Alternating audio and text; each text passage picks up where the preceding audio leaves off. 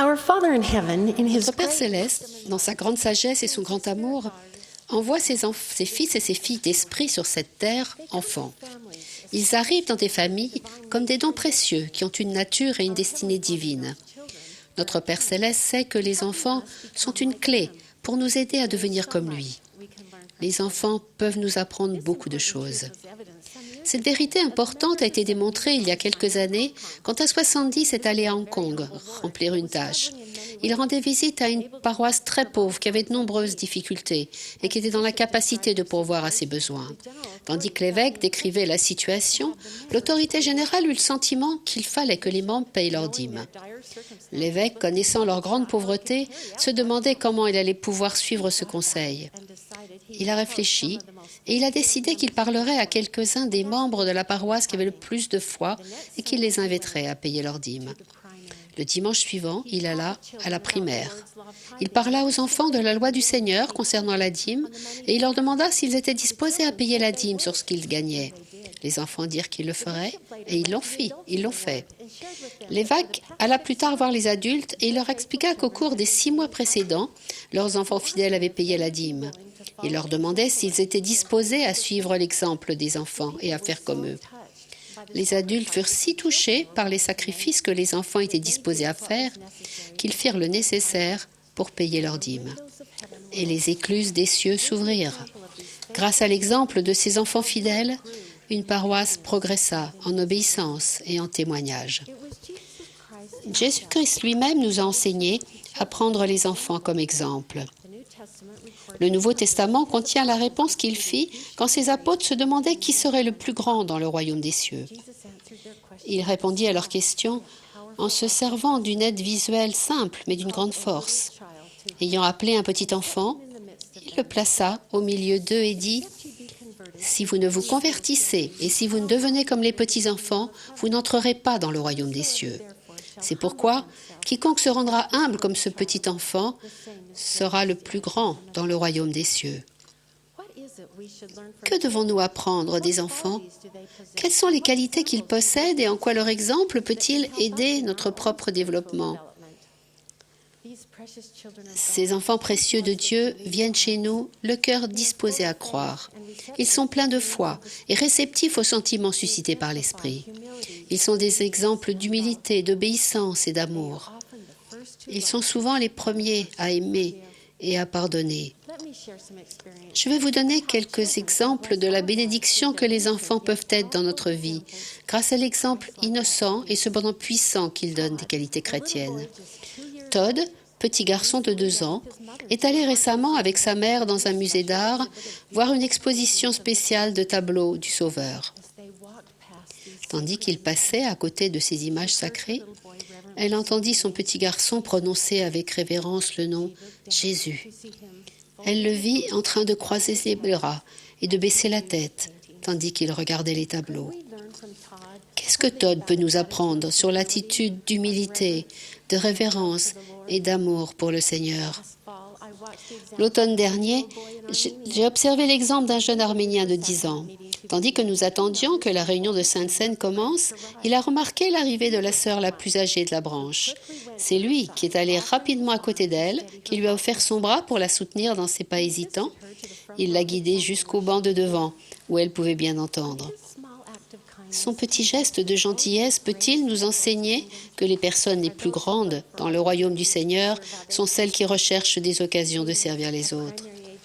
Cathy, fillette de la primaire, nous a instruit par l'influence qu'elle a eue sur sa famille. Elle est allée à la primaire et a été attirée par les enseignements de l'Évangile. Sa foi et son témoignage grandissant, elle a laissé un petit mot sur l'oreiller de ses parents. Elle a écrit que les vérités de l'Évangile avaient trouvé un foyer dans son cœur. Elle a exprimé son désir fervent d'être proche de son Père céleste et de voir sa famille scellée dans le temple. Le témoignage simple de cette gentille petite fille a profondément touché le cœur de ses parents. Cathy et sa famille ont reçu les ordonnances sacrées du temple qui ont uni leur famille à tout jamais. L'exemple de la foi de Cathy ont apporté les bénédictions éternelles à sa famille. Son témoignage sincère et son désir de suivre le plan du Seigneur peuvent-ils nous amener à voir plus clairement ce qui est réellement le plus important? Notre famille reçoit des leçons de Liam, 6 ans, un proche parent. L'année dernière, il a lutté contre une tumeur maligne au cerveau. Après 2 opérations difficiles, il a été décidé que de la radiothérapie serait aussi indispensable. Pendant les traitements par radiothérapie, il devait rester seul, allongé, absolument sans bouger. Liam ne voulait pas de sédatif parce qu'il n'aimait pas la sensation que cela lui donnait. Il a décidé que s'il pouvait entendre la voix de son papa par l'interphone, il resterait couché, immobile, sans sédatif. Pendant ces moments d'anxiété, son père lui a dit des paroles d'encouragement et d'amour. « Liam, bien que tu ne puisses pas me voir, je suis là. Je sais que tu peux y arriver. Je t'aime. » Liam a réussi à rester totalement immobile pendant qu'il subissait les 33 séances de radiothérapie. C'était une prouesse que ses médecins pensaient impossible sans sédatif pour quelqu'un de si jeune. Pendant des mois de douleur et d'épreuves, l'optimisme contagieux de Liam a été un grand exemple de la façon d'affronter l'adversité avec espoir et même bonheur. Ses médecins, ses infirmières et d'innombrables autres personnes ont été inspirés par son courage.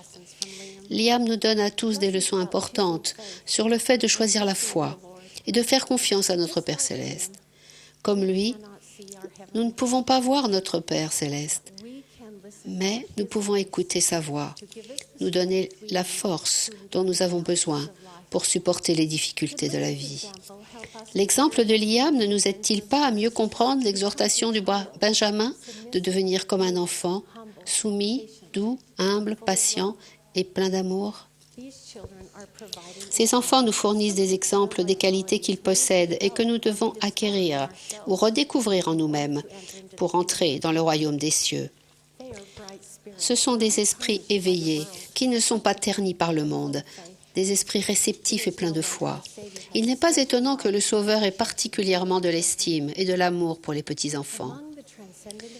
Le tendre ministère du Sauveur auprès des enfants tient une place à part dans les événements transcendants de sa visite en Amérique. D'une manière poignante, il s'est occupé de chaque enfant.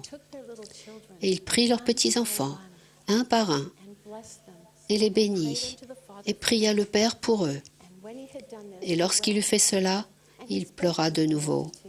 Et il parla à la multitude et lui dit, « Voyez vos petits-enfants. » M. Russell Ballard, du Collège des 12 apôtres, nous a enseigné l'importance de l'exaltation du Sauveur lorsqu'il a dit « Voyez vos petits-enfants. » Frère Ballard a dit « Remarquez qu'il n'a pas dit « Jetez un coup d'œil sur eux, regardez-les distraitement, ni regardez de temps à autre dans leur direction. » Il a dit de les voir. Pour moi, cela signifie que nous devons les embrasser du regard et de notre cœur, les voir et les apprécier tels qu'ils sont réellement, les enfants d'esprit de notre Père céleste, dotés de qualités divines. Fin de citation. Il n'y a pas d'endroit plus parfait pour voir nos petits-enfants que dans notre famille. Le foyer est l'endroit où nous pouvons tous apprendre et progresser ensemble. Un de nos beaux chants de la primaire enseigne cette vérité. Dieu nous a donné une famille pour nous aider à devenir ce qu'il veut que nous soyons. C'est ainsi qu'il exprime son amour, car la famille est ordonnée de Dieu. C'est dans notre famille, dans une atmosphère d'amour et de foi, que nous voyons et apprécions d'une manière plus personnelle les qualités divines des enfants d'Esprit de Dieu. C'est là que notre cœur peut être touché et qu'humblement, nous pouvons désirer changer, devenir plus semblable à un enfant. C'est le processus par lequel nous devons devenir davantage semblables au Christ. Est-ce que certaines des expériences de la vie vous ont enlevé la disposition à croire et la foi semblable à celle d'un enfant que vous avez eu un jour? Regardez les enfants autour de vous et puis regardez encore. Ce sont peut-être des enfants de votre famille, du trottoir d'en face ou de la primaire de votre paroisse. Si nous avons le désir d'apprendre et la volonté de suivre l'exemple des enfants, leurs attributs divins peuvent détenir une clé pour débloquer notre propre croissance spirituelle. Je serai toujours reconnaissante de la bénédiction que sont mes deux enfants. L'exemple de chacun d'eux m'a enseigné des leçons dont j'avais besoin. Ils m'ont aidé à m'améliorer. Je témoigne humblement, mais avec certitude, que Jésus est le Christ. Il est l'unique Fils parfait, soumis, doux, humble, patient et tellement plein d'amour. Je prie pour que chacun de nous ait le désir de suivre son exemple, de devenir comme un petit enfant et ainsi de retourner à notre foyer céleste. C'est ma prière au nom de Jésus-Christ. Amen.